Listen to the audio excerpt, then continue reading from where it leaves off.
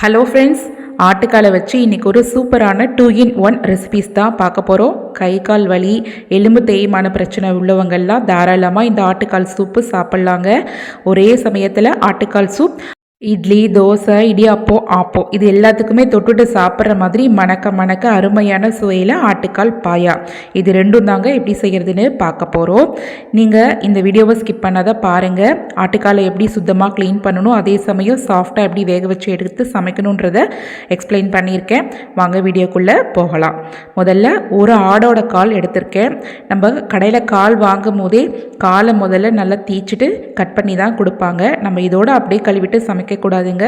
So நல்ல கை பொறுக்கிற அளவுக்கு தண்ணியை சுட வச்சு இதில் ஒரு சேர்த்துட்டு 15 நிமிஷம் இதை அப்படியே ஊற விட்டுறணும்.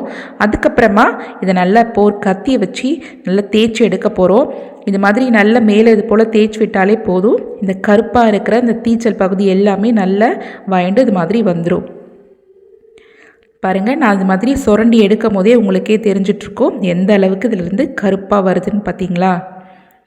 இதோடய நம்ம சமைச்சோம்னா பாயாவாக இருந்தாலும் சரி, சூப்பாக இருந்தாலும் சரி, சுடுவாடை அடிக்கும்.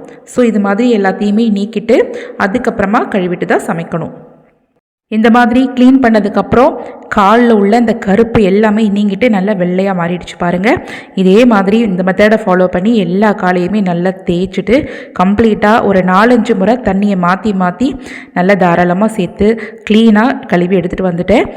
அதுக்கப்புறமா கொஞ்சமாக மஞ்சள் பொடி சேர்த்துட்டு இந்த காலை நல்ல கையாலேயே நல்லா பிசைஞ்சு விடுங்க. இந்த மாதிரி நம்ம மஞ்சள் பொடி சேர்த்து இந்த காலை பிசையும் போது இதில் இருக்கிற மீதமாக இருக்கிற இந்த சுடுவாடை, கவுச்ச ஸ்மெல் எல்லாமே போயிடுங்க. இப்போ ஃபைனலாக ஒரு தடவை தண்ணி சேர்த்துட்டு நல்லா அந்த மாதிரி கம்ப்ளீட்டாக க்ளீனாக வாஷ் பண்ணி எடுத்து வேறு ஒரு பிளேட்டில் மாற்றி வச்சிடலாம். இப்போது ஆட்டுக்கால் முழுமையாக க்ளீனாகி எடுத்து வச்சாச்சு. இப்போ இது நம்ம சமைக்க போகிறோம். வாங்க எப்படி சமைக்கலான்னு பார்க்கலாம். ஃபஸ்ட்டு இந்த க்ளீன் பண்ணி வச்சுருந்த இந்த ஆட்டுக்காலை ஒரு குக்கரில் சேர்த்துக்கோங்க. ஒரு 2 கைப்பிடி அளவுக்கு சின்ன வெங்காயத்தை 2ஆக கட் பண்ணிவிட்டு சேர்த்துக்கலாம். ஒரு கைப்பிடி அளவுக்கு நல்ல பழமாக இருக்கிற தக்காளியுமே கட் பண்ணிவிட்டு சேர்த்துக்கோங்க. கொஞ்சமாக மல்லி இலைகள், 1/4 டீஸ்பூன் அளவுக்கு மஞ்சள் பொடி, இந்த ரெசிபிக்கு தேவையான அளவுக்கு உப்பு, இது எல்லாத்தையுமே சேர்த்துட்டு இந்த கால் வெங்காயம், தக்காளி இதெல்லாம் மூழ்கிற அளவுக்கு மட்டும் தண்ணி சேர்த்துக்கோங்க. இப்போ ஒரு 2லேருந்து 1 டேபிள் ஸ்பூன் போல் இஞ்சி பூண்டு விழுது சேர்த்துக்கோங்க.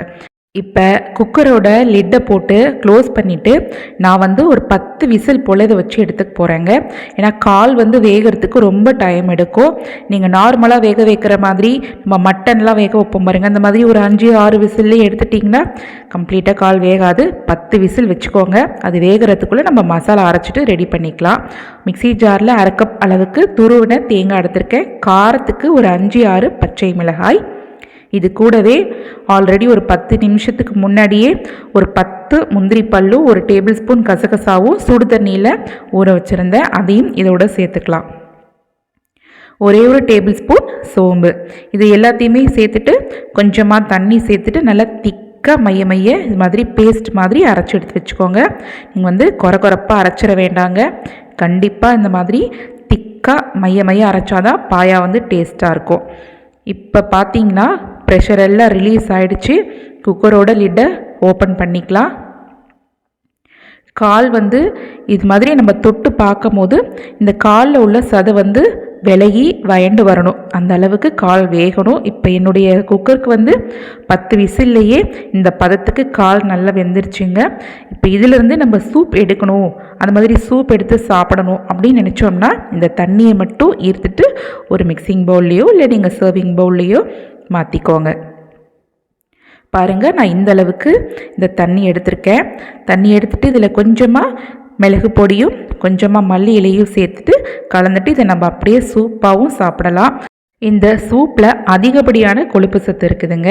நம்ம வயதாயிடுச்சுனாலே கை கால் வலி இருக்கும், இல்லை மூட்டு வலி, கை கால் எலும்பு தேய்மான பிரச்சனைலாம் அதிகமாக இருக்கும். அந்த மாதிரி உள்ளவங்களுக்கு வாரத்தில் ஒரு முறை இந்த ஆட்டுக்கால் சூப் எடுக்கும்போது அந்த மாதிரி பிரச்சனைகள்லாம் நீங்கிடும். கண்டிப்பாக ஒரு ரெமிடியாக இருக்கும் இது. கண்டிப்பாக அந்த சூப்பை நீங்களும் சாப்பிடுங்க.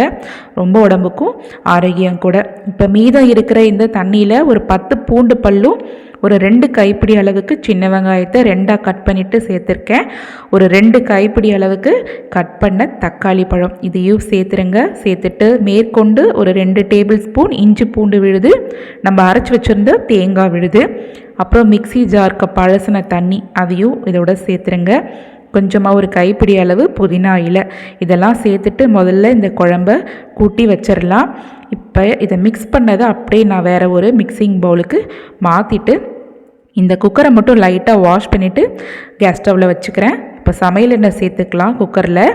இது கூட நம்ம இன்றைக்கி தாளிக்க போகிறோம். இதுக்கு என்னென்ன தாளிக்க போகிறோன்னா ஒரு 2 ஏலக்காய், ஒரு சின்ன துண்டு பட்டை, ஒரு 4 கிராம்பு, கொஞ்சமாக கல்பாசி, ஒரு டேபிள் ஸ்பூன் சோம்பு, ஒரு கொத்து கருவேப்பிலை. இது எல்லாமே சேர்ந்து நல்லா பொரிஞ்சு வெடித்து வரட்டும். இதெல்லாம் சேர்க்கும் போது இந்த பாயாவுக்கு ஒரு சூப்பர் டேஸ்ட்டு கிடைக்குங்க. இதுக்கப்புறமா நம்ம குழம்பு ரெடியாக கொட்டி வச்சுருந்தோம்ல அந்த மிக்சிங்கை இதோட சேர்த்துக்கலாம். நம்ம அது பாயான்றதுனால நம்ம வெங்காயம் தக்காளியெல்லாம் வதக்கணுன்ற அவசியம் இல்லை. நம்ம இந்த மாதிரி டைரெக்டாக சேர்த்துட்டு சமைச்சு சாப்பிடும் போது ரொம்ப சூப்பரான டேஸ்ட்டில் இருக்கும். இப்போ இதில் சேர்த்துருக்க பச்சை மிளகாலாம் ஒரு பச்சை வாசனை போகணும். ஸோ இது அப்படியே ஓப்பன்லேயே ஒரு 10 நிமிஷம் போல் நல்லா கொதிக்கட்டும். இப்போ நல்லா கொதிச்சு வந்துடுச்சுங்க. இப்போ அதுக்கப்புறமா ஃபைனலாக ஒரு 1/2 டேபிள் ஸ்பூன் போல் மிளகுத்தூளும் 1/2 டேபிள் ஸ்பூன் சீரகப்பொடி இது ரெண்டுத்தையும் சேர்த்துட்டு ஒன்ஸ் நல்லா கலந்து விட்டுருங்க. இந்த பாயாவோட காரத்துக்கு இன்றைக்கி மிளகு பச்சை மிளகாய் இது ரெண்டும் தான் சேர்த்துருக்கோம். குழம்பு மிளகாய் தூள் எதுவுமே சேர்க்குறதில்ல. இப்போ லிட்டை போட்டு க்ளோஸ் பண்ணிவிட்டு மேற்கொண்டு ஒரு 3 விசில் போல் வச்சு எடுத்துக்கலாம். இது நம்ம ஏன் மறுபடியும் விசில் வைக்கிறோன்னா இதில் சேர்த்துருக்க வெங்காயம் தக்காளி இந்த மசாலா எல்லாமே இந்த காலில் போய் சோறணும். அதுக்காக தான். இப்போ 3 விசில் முடிஞ்சிட்டு ப்ரெஷர் எல்லாம் ரிலீஸ் ஆகிடுச்சு. இப்போ ஓப்பன் பண்ணிக்கலாம். பார்த்தீங்கன்னா நல்ல சூப்பரான மணத்தோட மணக்க பாயா ரெடி ஆகிடுச்சு. ஃபைனலாக மல்லி இலை சேர்த்துட்டு மிக்ஸ் பண்ணி சாப்பிட வேண்டியதாங்க.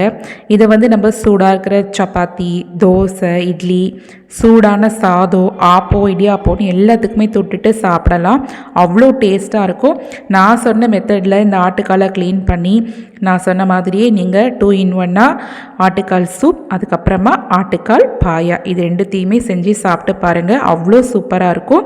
இப்போ பார்த்திங்கன்னா இந்த கால் கூட அவ்வளோ சாஃப்டாக வெந்து வந்திருக்கும். சாப்பிட்றதுக்கும் அவ்வளோ அருமையான டேஸ்ட்டில் இருக்கும். ஓகேங்க, இன்றைக்கி ஆட்டுக்காலை வச்சு ஆட்டுக்கால் சூப், ஆட்டுக்கால் பாயா ரெண்டுமே எப்படி பண்ணுறது அப்படின்றத பார்த்தாச்சு.